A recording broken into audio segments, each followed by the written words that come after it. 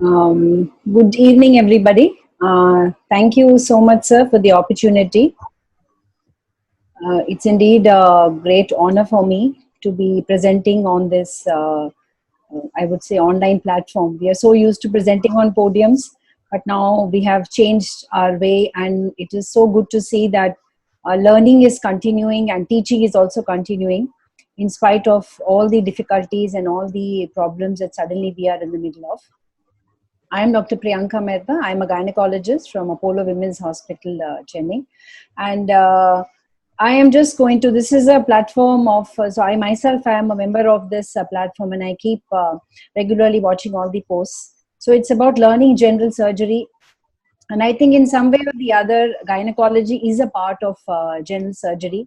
And I would just like to share my thoughts about how, if there is an acute abdomen in a patient who is, when the patient comes to the hospital, they do not know whether they are a gynec patient or they are a surgery patient. So we are the ones who are actually going to be doing the triage. But sometimes what happens is that during this triage, we are either a patient is getting referred to either the wrong department, or sometimes there is a little delay in our diagnosis, or even delay in the approach to what this patient is having. So before I start, let's all keep fighting against corona, and hopefully we will get over this situation soon. So sometimes when we talk about knowledge, sometimes we know a lot of things, but sometimes we don't know what we don't know. And in that point of time, we may miss out on, by very simple bedside tests, we may be missing out on a very important diagnosis. So I did my undergraduation from Stanley Medical College. I completed in 2000, and did my MD from MMC Egmore, and that I completed in 2005. After that, I worked in medical colleges for around 10 years, and now I'm in Apollo Women's Hospital. But what I have learned over all these years is there is nothing which can replace your examination of the patient, the bedside examination, something very basic, which was taught to me by when I was a CRRA, or when I was an intern. So that is where I'm going to start my presentation from. So in 1999, when I was a CRRA, that is when I had the first brush with a case of ectopic pregnancy, and it totally took us. We didn't know what to do, and it was such a sudden catastrophic happening. And sometimes what we know is a drop, but what we don't know is an ocean. And my learning during my internship days was that the first important thing is a detailed, clear history from the patient is so important, without any bias. So don't immediately first go and take the look at the reports, because nowadays we know very well our patients will come with information from Google, and they would have already done all the latest investigations, and they will be in a hurry to show you the reports first. They will first show the PET scan, the CT scan, the MRI, and then finally only we will see that they won't even have the hemoglobin. So go in a stepwise manner, go in a structured manner always whenever you're approaching a female patient. So obstetrics and gynecology has also changed over the years, because when I was an intern, I used to think OG is just doing a cesarean, normal delivery, and just doing a hysterectomy. But over the past 20 years and more, in fact, now we don't even call it as a normal delivery. We say that delivery is for pizza. So we have changed the terminology to vaginal birth, cesarean birth, and hysterectomy also. The good old method of abdominal hysterectomy. Now we are even, in fact, last week there was a 7 kg fibroid which is removed by laparoscopy in US. So now the sky is the limit for obstetrics and gynecology, and these are the different streams which have come up. But in spite of all the different streams, starting from adolescent gynecology to gynec oncology, there is something very basic which we always, whenever we see a female patient, and that we never forget to ask, is the last menstrual period, which sometimes in other specialties, because we are more concerned about the other symptoms which a patient is presenting with, sometimes either it is missed, or we note down the last menstrual period, but we don't go into a little bit more detail. So sometimes very simple questions like, do you have a regular period? Did you have pain during your period? Was this period as you usually have it, a flow for how many days? So sometimes, because we are not used to asking the menstrual history, even the person who is taking their history may not be comfortable, and we just write the last menstrual period and leave it with that. But a little bit more of questions about number of days of period and how was the bleeding this time, was it a little different from the previous cycle, can go a long way in saving us from a lot of problem later on. Of course, however we try to do our work perfectly, there can always be errors, but it is always important that we learn from these errors. So that is how I'm going to be sharing. So a person who has never made any mistake probably has never done anything. So if I'm going to say that, okay, I have never missed a case or there has never been, that would be totally false. So we have to keep learning from our mistakes. So objectives of this session is going to be, what are the causes of the acute abdomen in relation to gynecology? What are the case, I'll just share 5 or 6 case scenarios in regard to ectopic pregnancy. I mean, fallopian tubes, ovary and uterus. These are the main structures which we deal with, but there could always be something which is beyond what we are thinking is a simple case. Types of ectopic pregnancy also, because now there is a new problem called the scar pregnancy, which was not there previously. That is also coming. So you may come across a case of a scar pregnancy too. Sometimes ovarian masses can masquerade as something very simple, whereas the final histopathology can leave us in a confusion. And also there will be take home for the residents and the practitioners regarding examination of the female patient. So when someone who is a female is coming to the hospital, could coming to your clinic, could be coming to a multi-specialty big corporate hospital and is seen in the emergency room because of the acute pain abdomen. We've all learned that in surgery, the abdomen is called the Pandora's box. So we actually don't know what is inside, and we are also curious to know what is the cause.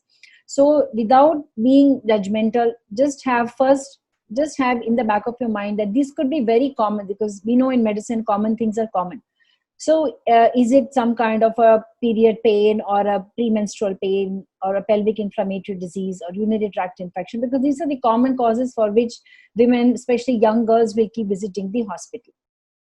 Little uncommon would be ectopic pregnancy, but that has to be in your mind always. And I have not divided into gynec and non-gynec. So of course, when there is a pain abdomen and you think, okay, it is beyond a urinary tract infection, keep in mind it could be a ectopic, could be appendicitis, could be a biliary colic, could also be something coming out of the ovary.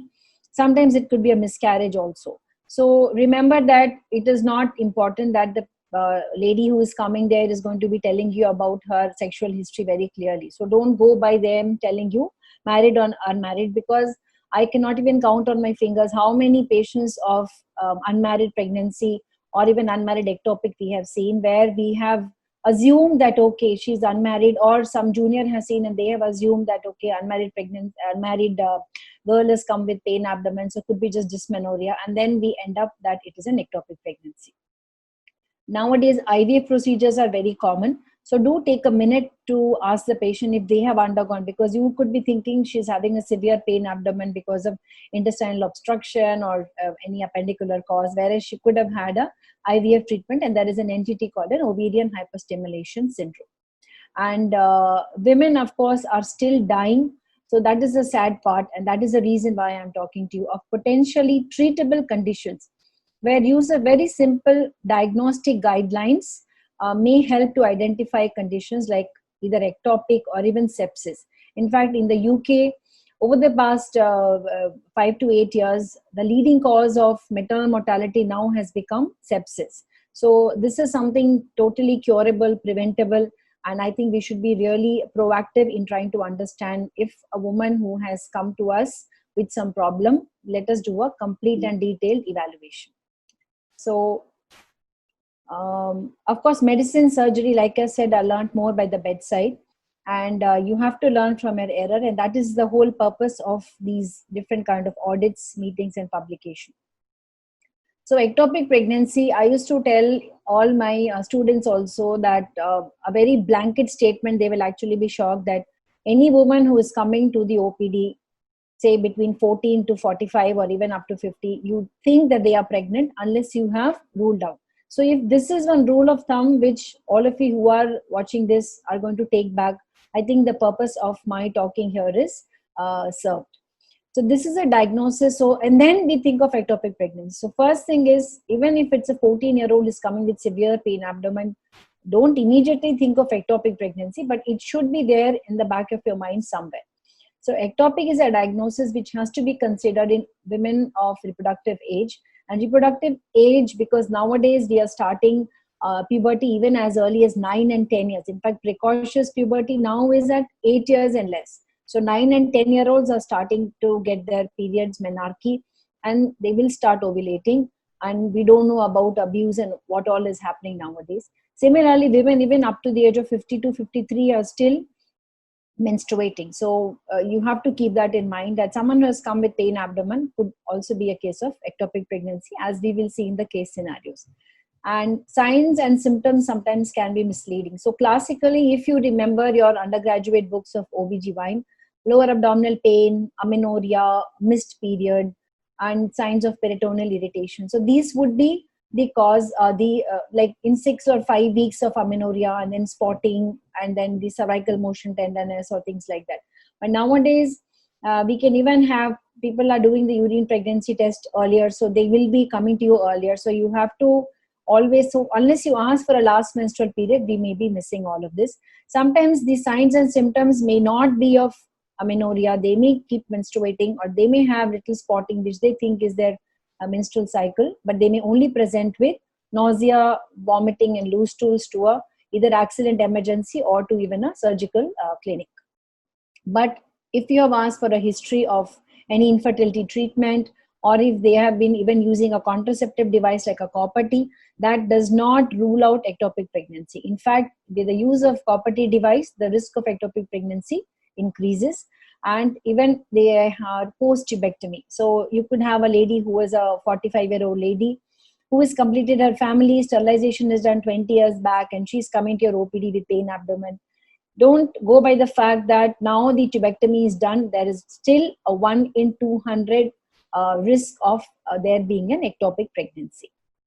So this was my first case when I was a intern in Stanley, and there we had a trauma ward called the Napier ward, where all the admissions, anybody who's coming with acute symptoms, they are first received there. So the 16-year-old unmarried girl who was brought to the emergency by her mother with right-sided abdominal pain, nausea, vomiting. So when a surgeon or somebody in the ER has seen the case, and the CRRA saw the case, and the first thing which they suspected was right-sided lower abdominal pain in a young girl with nausea, vomiting, and they probably suspected, and they wrote a query McBurney's tenderness, and they just wrote a appendicitis, acute or subacute, and she had a regular cycle, which history was taken, it was not missed. And probably there is an appendicitis, so all the investigations were sent, she was kept on observation, she was given IV fluids for maintenance, and antiemetics, and blood pressure pulse monitoring was done. And blood investigations were also sent, and hemoglobin was around 10.5, and all the other things were fine.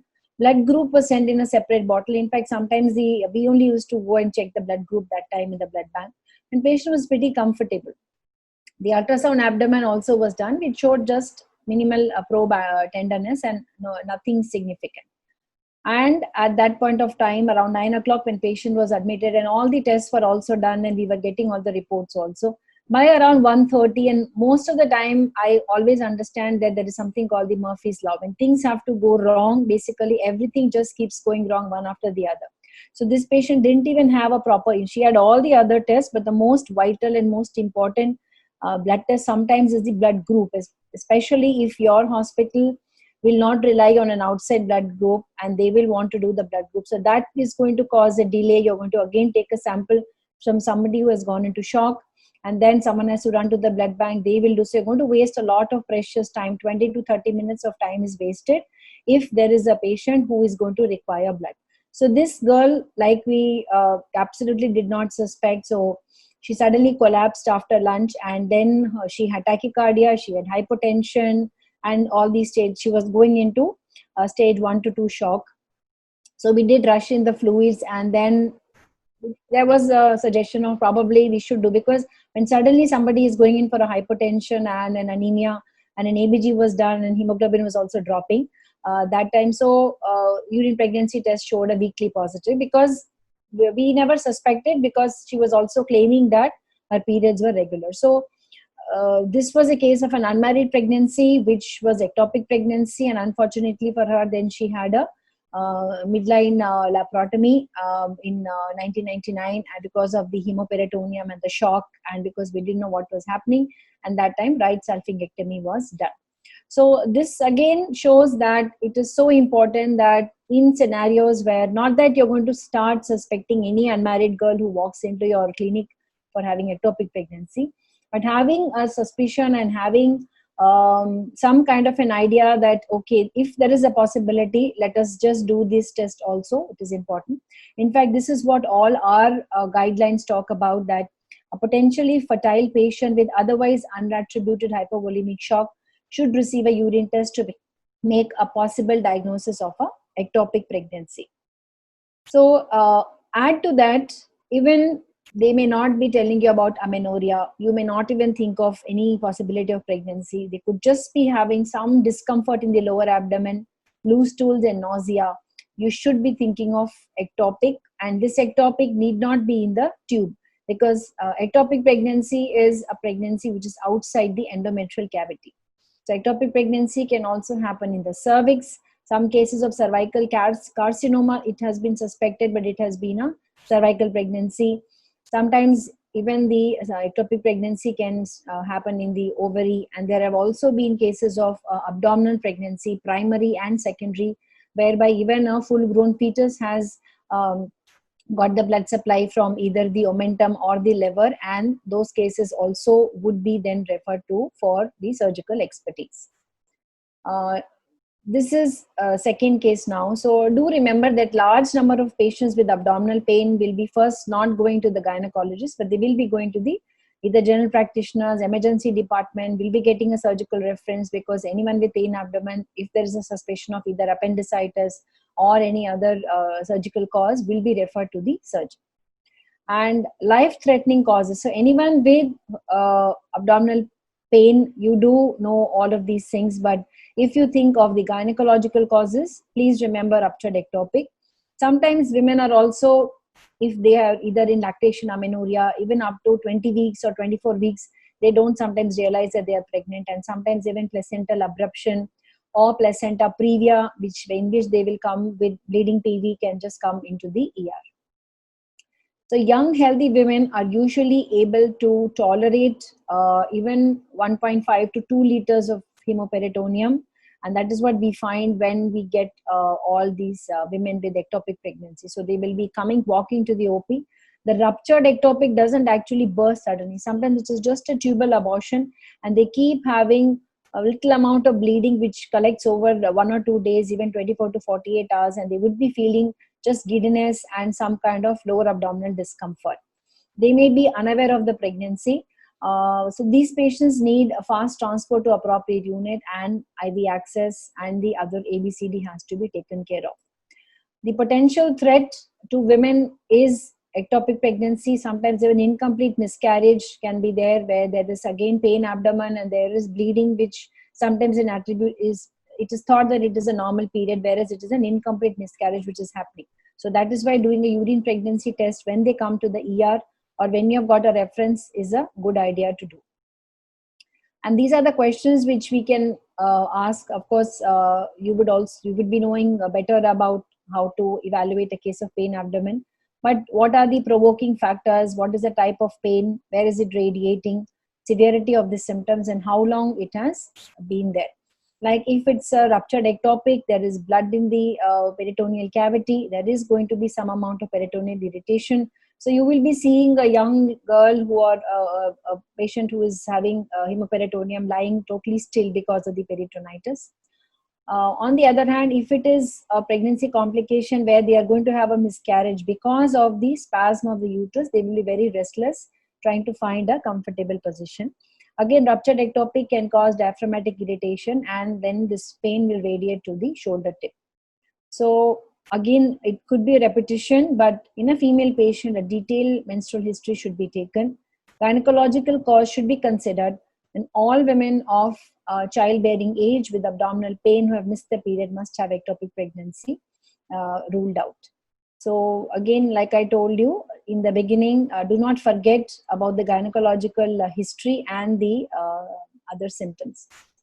If you're carrying out a PR and PV, again, always a chaperone has to be there, and that could help in diagnosis, because if it's an ectopic pregnancy, they will have a sudden sharp pain, which we call as a cervical motion tenderness. But usually, we have stopped doing a pelvic examination when we suspect ectopic, because sometimes there is a risk that our examination may cause dislodging, and we may in fact cause tubal abortion to become a ruptured ectopic, and it may start bleeding again. So usually we go about by the investigation, which is the transvaginal scan and the serum beta HCG. So we also have to remember that the vital signs, as we know, pulse, we know the blood pressure, oxygen saturation, respiratory rate, and pain, of course, is the fifth vital sign which we should remember. It is unlikely that a normotensive apyrexial patient with a pulse rate of 80 would have an immediately life-threatening abdominal problem. So if the lady you are seeing is otherwise comfortable, then of course you have time to do the investigations, and you don't have to think that this is an ectopic which is just going to rupture. Now, this is another case who had gone first to the surgical OPD, para to two living children, normal delivery. So last child was 20 years back, and she is 45-year-old. So you think, okay, the immediate impression is she is a perimenopausal lady, and tubal sterilization surgery was done after the puparium 20 years back. So we are kind of okay. We won't even we will not be thinking of a pregnancy. Last menstrual cycle is irregular, again attributed to perimenopausal period. Another way, she is fit and well, who is seen on day 1 in the surgical OPD at around 12:30 in the afternoon. And her main complaint is pain, abdomen, and loose stools. Examination findings for abdomen showed no tenderness, and she was quite comfortable. So she was just given some probiotics, and because she was telling she's been having this pain for some time, she was told to do an ultrasound, and advice on hydration was there. Now, in the ultrasound, there was a query mass which was seen, very vague mass, and they were not able to, they needed further evaluation. So this patient came the next day again to the OPD, because now she was having more vomiting, and also she started to have some spotting and bleeding per vaginum. So she was then sent from the surgical OPD to the gynec OPD, where again, because with experience, so the senior consultant there, after resident, was just trying to send for a TVS. The senior consultant, because in hospitals, when you send, so what we do usually is the first modality of ultrasound for any female patient now has become the transvaginal scan. So it is an extension of, we do the pelvic examination, and the next thing is we do the transvaginal scan, which is done through the vaginal route. And it's a brilliant modality of investigation, because it gives a very clear picture, if done by the right person, with the right machine, with the right clinical knowledge, as to what the problem is in relation to gynecology. So you could be having an adenomyosis, endometrial polyp, ovarian tumor. We are really able to come to a good conclusion with regard to a pelvis. In fact, a good 3D TVS is equivalent to an MRI pelvis. So most of the times we don't resort to an MRI pelvis where we are stuck. So we are able to find out a lot of information with a good 3D transvaginal scan. And beta HCG was just 200. So when the beta HCG was done, because usually beta HCG, serum beta HCG, in the best of best centers will take at least 4 hours for us to get the report. So it is important that when you're suspecting pregnancy, we do the beta HCG, so that, and then send for the scan, so that we are able to get the report at least by 4 hours, and it's not that we are delaying, because a lot of our management is going to depend on this beta HCG value. So this was just 200, and her vague mass, which was on the ultrasound abdomen, because when we do an ultrasound abdomen, especially in obese women, the pelvis is not seen very clearly, and sometimes they're not in either full bladder, or so we have even found out when even the Maserel checkups are done. So the ultrasound abdomen, we cannot blame them for missing out sometimes on ovarian cysts, because number one, smaller complexes are not made out by the ultrasound which is done per abdomen. The probe is not sensitive enough. Sometimes patients are not full bladder, and obese patients, the penetration of the ultrasound waves is not good. So a transvaginal scan showed a 8 into 14 centimeter echogenic mass, a tubo-ovarian mass was told, probably chronic ectopic. And this beta HCG of 200 or so. Chronic ectopic means that patient got pregnant some time back, and then the conceptus, which was in the fallopian tube, It did not rupture, it did not cause acute bleeding, but then it was like an abortion which just kept organizing inside. And any kind of foreign body, our body will try to then have a acute inflammatory response to that, and then slowly all the blood clots and the inflammation settles down, and it forms a chronic adhesion mass, like a tubovarian mass, or a mass which happens sometimes in endometriosis. And this is a chronic ectopic, because a beta hCG can even be negative in a chronic ectopic. And so laparoscopic salpingectomy was done for this patient. So she was lucky that she was not bleeding, and we don't know for how long she was actually roaming around with that ectopic. So this is somebody with a tubectomy done. So even if they are using a copper T, even if there is a tubectomy, a sterilization surgery has been done previously, ectopic can still happen. So chronic ectopic basically is a tubal pregnancy where there is a disintegration of the tubal wall, and repeatedly there is a lot of hemorrhage which keeps happening, and that forms a big pelvic mass and leads to a lot of adhesions also inside the pelvis. So the sigmoid colon, the mesocolon, they will be full of adhesions. And sometimes the beta hCG levels may also be either low or absent. So you have to think of the chronic ectopic too in a diagnosis of a pain abdomen. Now the third case happened recently. Here we had a P2L2 normal delivery patient. She has been lactating. So I have highlighted lactating is, again, this is a time when we will all think, okay, she's lactating, lactation amenorrhea. She probably is not going to be menstruating. So that is not true. Lactation amenorrhea holds good only for 5 to 6 months, and only when they are exclusively breastfeeding will ovulation not take place, but still some stray ovulation can always happen. So always be suspicious. Don't trust your patient's history also totally sometimes when it comes to the menstrual period, and be very clear that even if they are lactating and you think that she will not be pregnant, she probably could be. So the journey of this patient is, she came from Bangladesh and she had come for a breast abscess, and she never complained of, like, she just said her periods have been irregular because she's feeding the baby, and that was it. So the breast abscess surgery was done. She also had urinary incontinence, for which she met a urogynecologist, and they had told a few tests to do. In that, transvaginal scan also was there. So her breast abscess drainage was done as a daycare procedure on day 1. And on day 3, she went for after discharge, a day later, she went for this transvaginal scan. And from there, the radiologist actually called an alert that as she is doing the ultrasound, she's able to see a ectopic which is filling up the pouch of Douglas slowly with blood. And as this was happening, patients started becoming so tachycardia and hypotension. So again, like I told you, young women, healthy women, usually 1 liter of blood loss, even when we talk about postpartum hemorrhage after labor, up to 1 liter of blood loss, they will maintain their blood pressure, they will maintain their pulse rate. It is only after that that they will suddenly crash. So up to a liter of blood, when someone has started to show the signs and symptoms of shock, means you can assume easily 1.5 liters of blood probably they have lost, and then you don't have to waste time in planning for a surgery for them. So this was a call again at 2 o'clock from the ER that there is a patient who is a ruptured ectopic, and she has to be rushed to the emergency. And only then the urine pregnancy test was done, and that showed as weakly positive, because again here they never said a period of amenorrhea.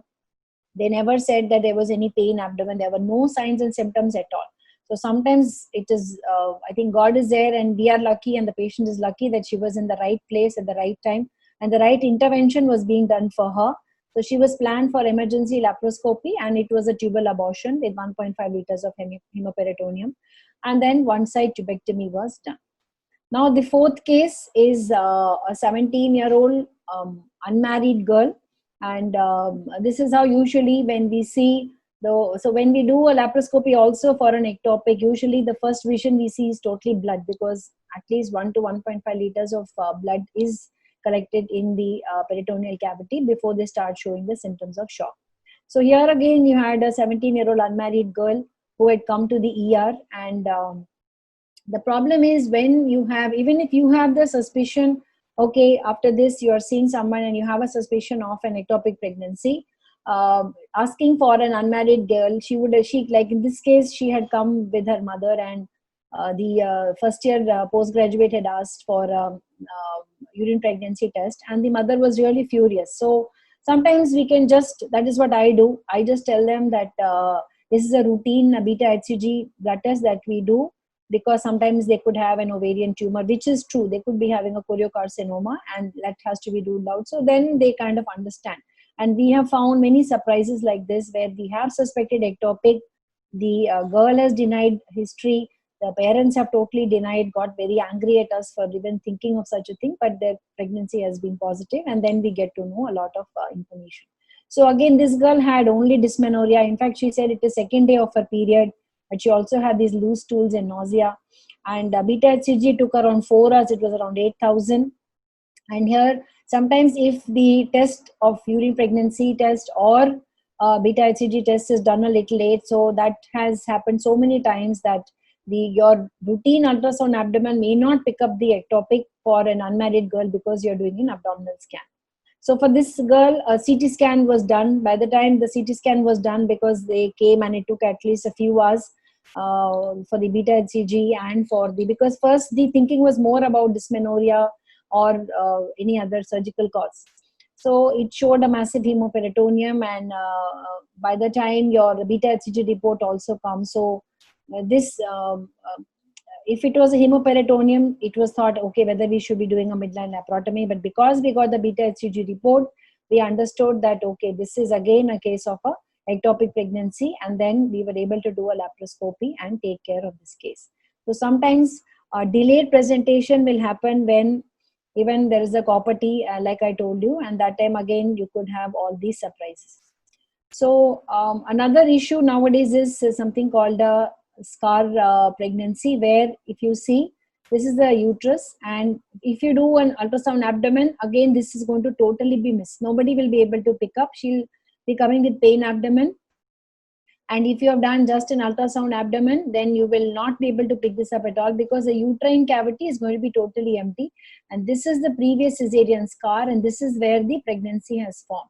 And if you're suspecting, say she's come pain abdomen because of either appendicitis, or she has a gallstone and that is causing the pain, and you have done the surgery, she may come back a few days later with problem because of this scar ectopic. So it is very important that a gynecological detailed scan is done for anybody who is coming with a previous cesarean with pain abdomen when you're suspecting a pregnancy. So you could just, that is why doing a beta HCG or a urine pregnancy test where there is a suspicion goes a long way.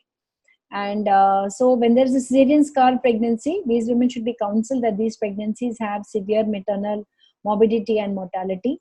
And again, ultrasound has to be done by the appropriate specialist. And if there is a pregnancy, then your other forms need to be filled. So basically, ectopic pregnancy, when you mention it, it causes ectopic beats for many of us gynecologists, because we have seen women not understanding the importance of the pain abdomen in the early pregnancy, not knowing they are pregnant. And sometimes women keep taking all these eye pill and all these emergency contraception. Especially these days, we have got so many calls for all these emergency contraception, and they keep taking this on their own. And we have even received people with hemoglobin as low as 2 or 3 grams, or they have ectopic pregnancy and they take all these medical abortion pills on their own without doing an ultrasound, and that can cause a rupture of the ectopic. So basically, pregnancy in fallopian tube is like a black cat in a dark night, makes its presence felt in subtle ways, and it can leap at you or it may just slip unobserved. Although it's difficult to distinguish from cats of other colors in the darkness, and illumination will clearly identify it. So before I end, a few points about the ovary and also the uterus. So sometimes you will get some young girl with the pain in the lower abdomen, and if you're thinking of the ovary, so if there is an ovarian cause for the pain, sometimes it is just ovulation pain, which can just happen sometime in the mid-cycle. But sometimes patient may just be referred to you for a pain abdomen.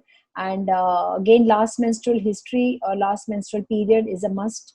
And how I remember too, because when in our busy OPD practice, where we are seeing a lot of patients and there's a lot of other things going on, sometimes history has been taken previously by a physician assistant, or your juniors have taken the history, or some other postgraduate has taken the history, and you are in this next shift and you are just going to be, because I have seen what the first person writes down the notes is what goes on till the end. So it's very important that once you start writing your notes, if there is a female patient, just ask again for the last menstrual period so that it is not forgotten.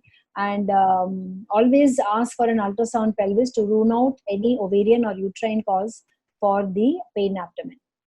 So ovulation pain, like I told you, will happen in the mid-cycle and when the follicle ruptures. But usually the patient is fine, and this pain is short-lived, and usually it will settle with the antispasmodics and doesn't need more care.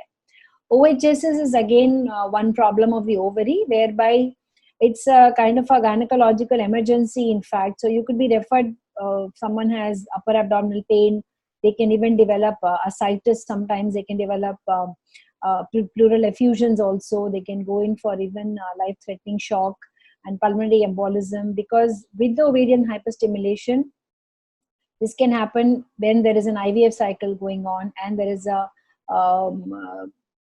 production of more of the vascular endothelial substances, and this can actually sometimes cause a collection of fluid in all the third spaces. So there could be ascites, there can be pericardial effusion, pleural effusion, and also both the ovaries are hyperstimulated, and the normal ovary is around 3 centimeter, and this is the image of a hyperstimulated ovary. So both the ovaries can get really hyperstimulated because of this patient's reaction to the IVF injections and the gonadotropins, and also even sometimes the simple tablets like clomiphene. So you'll have these large cysts which are appearing in the ovary, and there's going to be a fluid shift leading to a shock-like syndrome. And these women will also come with severe pain abdomen and significant systemic upset. So important that if a history is showing that they have undergone, or your ultrasound is showing something like this, that means they could be having OHSS. So this doesn't need any surgery, and usually we observe these people depending on their symptoms, and have to just monitor them symptomatically. So again, ovarian tumor, sometimes as surgeons, you may be going to assist somebody for an ovarian cyst or for laparoscopy, or you receive a patient who is suspected to have a surgical cause like a gallstone which is causing pain, or it could be even appendicitis suspected, but they find out that there is also an ovarian cyst. So this cyst may just either rupture or it may undergo torsion. And sometimes these cysts are just around 5 or 6 or 7 centimeters. And most of the times, unless they become more than 15, and sometimes they are so vague that you may not be able to do a clinical examination and find them out. And ultrasound abdomen is not depicted, especially when the pathology is on the right side. Then many times it is misled, and you probably will be thinking there's an appendicitis, and when you enter and you see, put your scope in, you find that the ovary also has a cyst. So if you have seen previously, before you planned the surgery, and you're suspecting, or your ultrasound is showing that there is a problem in the ovary, get a gynecology opinion, because it is so important that nowadays a multidisciplinary team approach is the best way. Gone are the days when it used to be a one-man army and we would want to do everything.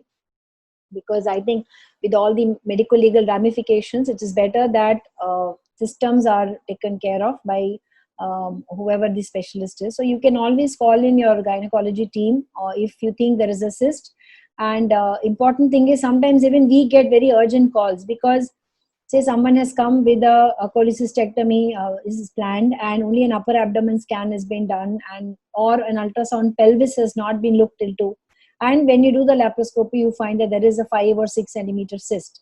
So important thing is that many times this cyst may be missed, and what do we do about this then? So if we have seen this preoperatively, then it is important that whatever the age, especially the age of less than 40, premenopausal or less than 45-year-old women, we always ensure that these tumor markers are done preoperatively. So CA-125 especially, it is elevated in endometriosis and in epithelial tumors and carcinomas. Alpha fetoprotein is another one blood tumor marker which is important and we should be doing it. Beta HCG for choriocarcinoma and LDH. So these are the tumor markers which go a long way in saving our skin in case the problem is later on it turns out to be a malignancy. Because if you have done a laparoscopy for an ovarian cyst and it is a malignancy, then you have upstaged it from stage 1 to stage 3. Many times we see this hydrosalpinx also. There have been so many. So this was a picture of a 15-year-old girl actually. She had been getting investigated almost for 1 year. Someone had told we'll do a laparotomy. Then they thought it's a TB abdomen. So she was started on ATT. And because the ultrasound again was giving a very confusing picture. So we put in a laparoscope with the idea of just trying to do a diagnostic. So it was a very simple fallopian tube cyst, which we just needed to aspirate the cyst and just remove the cyst wall. So if you see a young girl, incidentally, something like this is there, the first important thing is do not remove the fallopian tube, because the treatment for this problem is not a salpingo-oophorectomy, because we see sometimes women who come later on for fertility treatment that they give history of when they were younger, a salpingo-oophorectomy was done for a simple cyst or a simple tubal cyst. So if you just drain this cyst and there will be a cyst wall and remove and leave it, it will automatically correct itself. You don't have to do anything further. But no surgery is to be done without a proper consent unless for a life-threatening indication. Because later on, if there is a loss of fertility because of your surgery, you have done some surgery on the tube and not taken the consent for it, and then that could be having a medico-legal issue later on. So ovarian torsion, sometimes you get to see a cyst like this or a big mass like this, and the easiest thing to do is to do a salpingo-oophorectomy, but that would be just like doing a murder, because even if this looks like the ovary cannot be salvaged, once we have ruled out that there is no possibility of malignancy, we can actually just open up this cyst, do the cystectomy, remove all the blood and the old clotted blood, and just try to retain, even if we leave around 2 centimeters of ovarian tissue, that has the capacity to regeneration, and we will be able to get some oocytes later on when this girl is planning for a pregnancy. So this was a 22-year-old unmarried girl with severe right-sided pain, again suspected for appendicitis, and a diagnostic laparoscopy was planned in which 5 centimeter cyst was there. So like I told you, in all cases, ovarian mass incidentally can happen. Sometimes even 3 to 4 centimeter mass, which even we think that this could not be causing pain. When you put in your laparoscope, we find that 3 centimeter mass has undergone a torsion and that is causing the severe pain. So sometimes all we need to do is just detort and just do the oophoropexy, or just fix the ovary to the either pelvic side side wall, so that you are not going to be, this is not going to go in for a retorsion again. Try to preserve the cortex, because even a few follicles will help in the future fertility. And gangrenous ovary, again, don't immediately do a oophorectomy for a young girl who has not even started or completing the family, because when later on, even if we are doing an IVF, so each egg matters for them. And this is, I think, my last case, where you have a 17-year-old unmarried girl, where again, this was planned by the gynecologists only, and it was a 6 into 8 centimeter hemorrhagic cyst, which was planned. Tumor markers were sent. So this is again a learning point. I thought I should share this. So when we do the tumor markers, please remember somebody is also in charge to collect the reports. So because she had severe pain, she was planned for emergency lab cystectomy, and preoperatively we had sent the tumor markers. But during surgery, luckily for her, we got the reports where the alpha fetoprotein was elevated to more than 20,000. And this was actually looking like a very simple ovarian cyst, hemorrhagic cyst. And because of the elevated alpha fetoprotein, possibility of a germ cell tumor, then the oncosurgeon was called and the surgery was completed.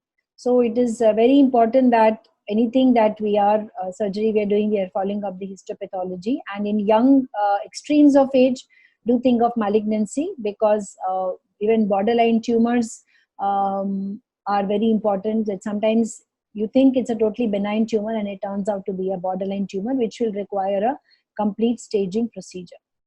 And what we do nowadays is we also do anti-malarial hormone serum, AMH. if there is ovarian cyst and we think that, like, if you're being called for help for endometriotic cyst and you are removing a lot of the ovary, so the ovarian reserve comes down, and then the surgery could be the cause for the reduced reserve, is what is going to be told later on if the patient is going to be trying for fertility. So an AMH preoperatively gives a value by which we can ascertain that the surgery has not caused a reduction of the ovarian reserve. Again, sometimes when fibroid uterus is there and you're called either to help with a myomectomy or a hysterectomy, it is so important that even not all fibroids are as simple as we think they are. We should remember the possibility of an ovarian sarcoma. In fact, now in the US and many places, open morcellation is totally banned now, because 2014 there was a case where a dentist had a myomectomy which was done, and that turned out to be a sarcoma. It disseminated, and then within 6 months or a year she died. So after that, now just going around doing a myomectomy with the open morcellation is not recommended for fibroids, because there is a possibility of an unsuspected uterine sarcoma. So important thing is, anyone who's coming with pain abdomen, we all know how to manage. We have to do the history taking, investigations, and then find out the cause and give the appropriate treatment. But if patient is coming safer, I mean, this is one rule of thumb. If she's coming for the third time again for the same problem, you're thinking it's nothing, it should be referred for specialist opinion. Ending with the UK report on maternal deaths, so that my main focus on ectopic pregnancy, it is stressed again. Ectopic pregnancy, so this was the confidential inquiry into maternal deaths. Ectopic pregnancy should be considered as a possible diagnosis in any woman of reproductive age who is presenting with collapse or acute abdomen, GI symptoms, whether she is known to be pregnant or not, and pregnancy test should be performed. Because symptoms listed are extreme and are likely to show once the ectopic has ruptured. So it is very important that we think ectopic and we try to find out the cause little earlier. All women of childbearing age presenting with abdominal pain or bleeding should be considered pregnant until proven otherwise. So this is what probably should be there in the back of our mind, that either you can do a uterine pregnancy test, or you can just do a beta HCG, which takes 3 to 4 hours in your lab if your uterine pregnancy test is either not done or not possible. And when you're doing an ultrasound, it is better that you do a transvaginal scan, so that we're able to understand uterus and tubes and ovaries, and if there is a problem there which is causing the pain. Tumor markers are very important. It's important that if there is an associated problem or pathology in the ovary, these tumor markers are not missed. You could be operating for a retroperitoneal mass, but think of it probably that it could be even a uterine origin mass, a uterine sarcoma, and plan for that appropriately. And important debriefing is important with the family once the surgery is done. So with this, I'd like to thank again Dr. Radhakrishnan for giving me this opportunity. And thank you, sir. Thanks again.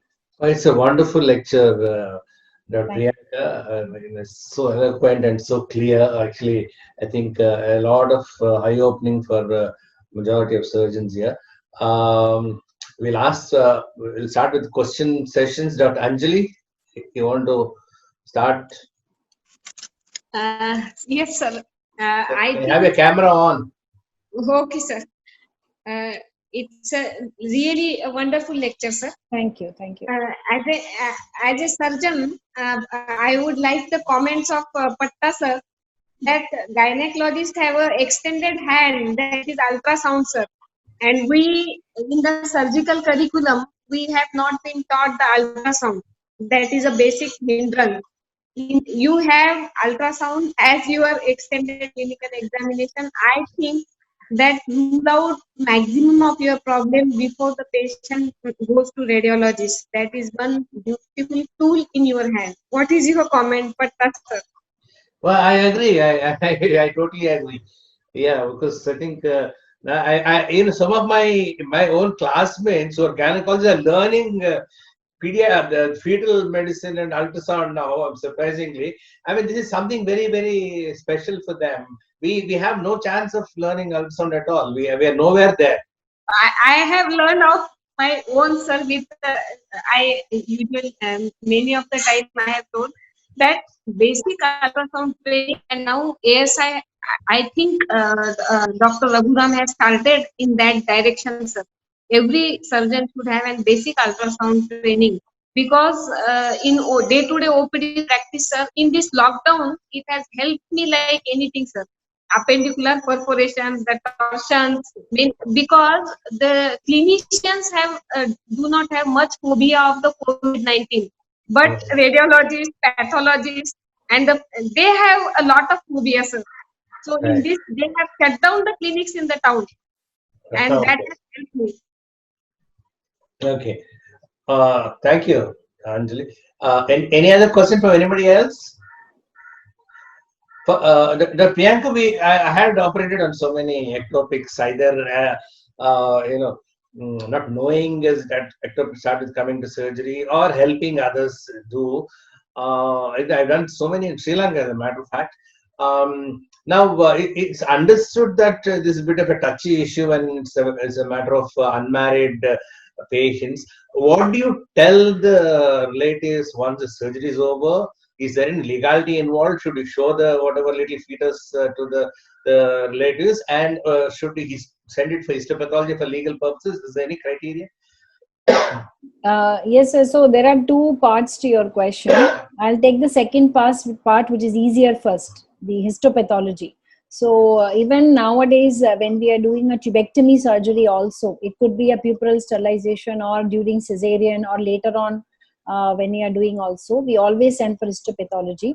So even if she is see, when you are doing an ectopic pregnancy, again, we do send for histopathology because sometimes there could be heterotropic pregnancy.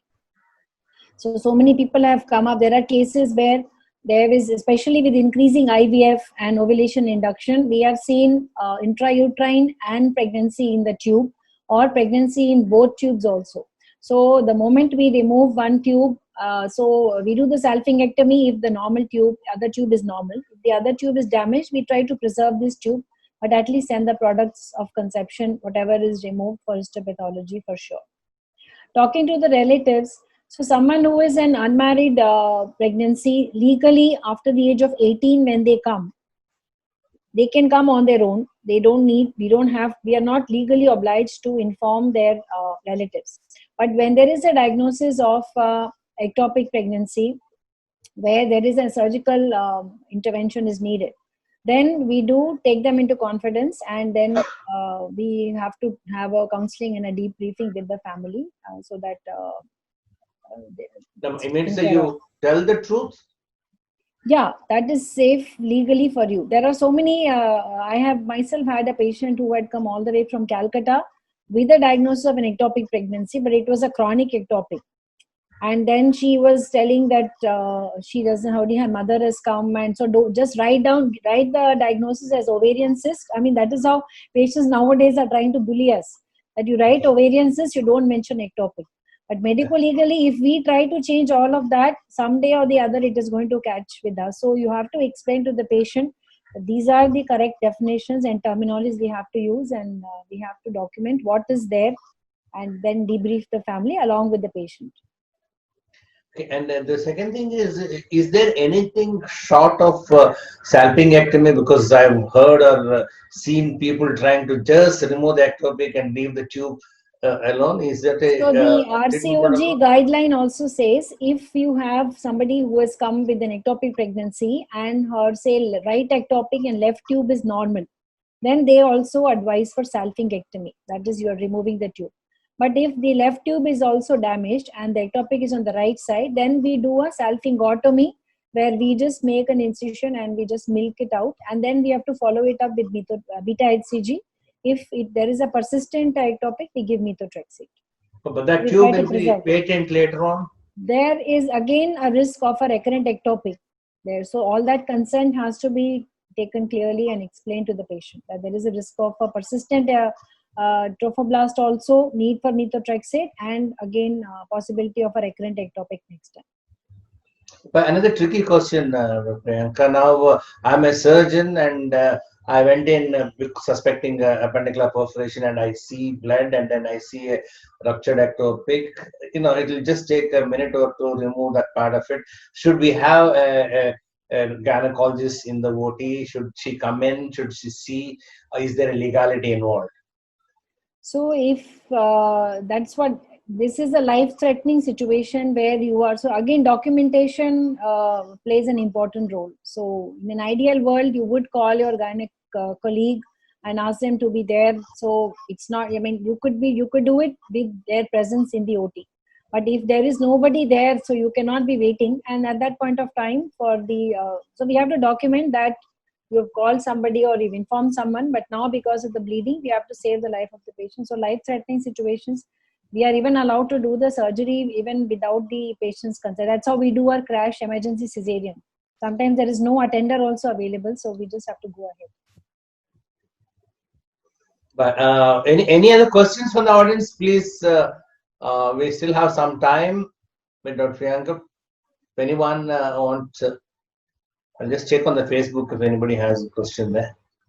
But just that, even after so many years, I find that the moment that thought of an ectopic pregnancy will not come till a gynec opinion is asked for. So, so many times it just happens that we are probably, because we are so thinking of our own speciality and when the patient comes in, no? So that's... Anjali, have something to say? Yes, sir. Just I wanted to ask, in cases of ovarian torsion, madam, now when we do the detorsion, many of the time we can regain the vascularity and Yes. there are color changes, it gets normal. So in such scenario, what is your take on the oophoropexy, madam? There actually it should be done, and what are the chances of obstruction happening because of the oophoropexy? Because many of the time you entangle that ovary to the lateral parietal wall or peritoneum or somewhere else, and later on many patients, they come with some obstruction, intestinal obstruction or continuous pain. What is your take on this, madam? So we are also doing, if especially we have to see how long the ovarian ligament is. So if there is a long ovarian ligament and there is a risk of torsion, again, like you have a 5 centimeter cyst, with the only problem is a torsion and you have detorted it. So definitely you are neither going to remove the cyst nor are you going to do an oophorectomy. So you have to attach it to the pelvic side wall. And in most of the cases we have done, after that patients have been fine. Or you can probably fix it closer to the round ligament also. But pelvic side wall, you have to see for each case how far it is. But if it's a long ligament which has got torted, we are usually able to. That is the standard procedure which is done. Okay, madam. Thank you. Yeah. Dr. Priyanka, a little more than 24 hours ago, I was involved in this 18-year-old girl with huge bilateral dermoid. One is twisted and become gangrenous. So that was removed, and this was also removed. I doubt if there's any ovarian tissues left. If you have done the oophorectomy, then there is no ovarian tissue left. No. But I don't know, if the cyst was removed, whether any ovary is remaining, I was not very sure. What will you do in such a case? No, the whole thing is a big dermoid, huge dermoid, both sides. Yeah. But always some, of course, then that's why nowadays doing a preoperative AMH helps, anti-Mullerian hormone. Because legally, when they come after, now if she's, what's her age, sir? 18. Yeah, so now she's 18. Now she will not be thinking of, at this point of time, hello? Yes, sir. Yes, sir. At this point of time, she will not be thinking of pregnancy. But later on, 10 years later, when they come or they are planning and then they find out and that there is no reserve at all, this AMH at this point of time would help preoperatively. And of course, it is difficult when there is a big... How does it help? Can you preserve anything based on that? Yeah. see, preoperatively, if the dermoids have replaced the entire ovarian tissue and the follicles are already less, so the AMH is going to be less. So Okay. that is going to give some objective indication about how much. But it is better to try to preserve a little bit of ovarian tissue at least, so that at some point of time, whatever little ovarian tissue is, it's difficult. You need to again counsel and tell them. But if you can preserve a little bit of ovarian tissue, it goes a long way in like later on. We will know only after when she plans a pregnancy how it's going to be. Thanks, Priyanka. Once again, it's a wonderful Thank lecture. you. We would like to have you more often on this platform. Thank you. Thank you, Thanks. sir. Thanks once again for your Thank you. time with us. Thanks, everyone. Thank you.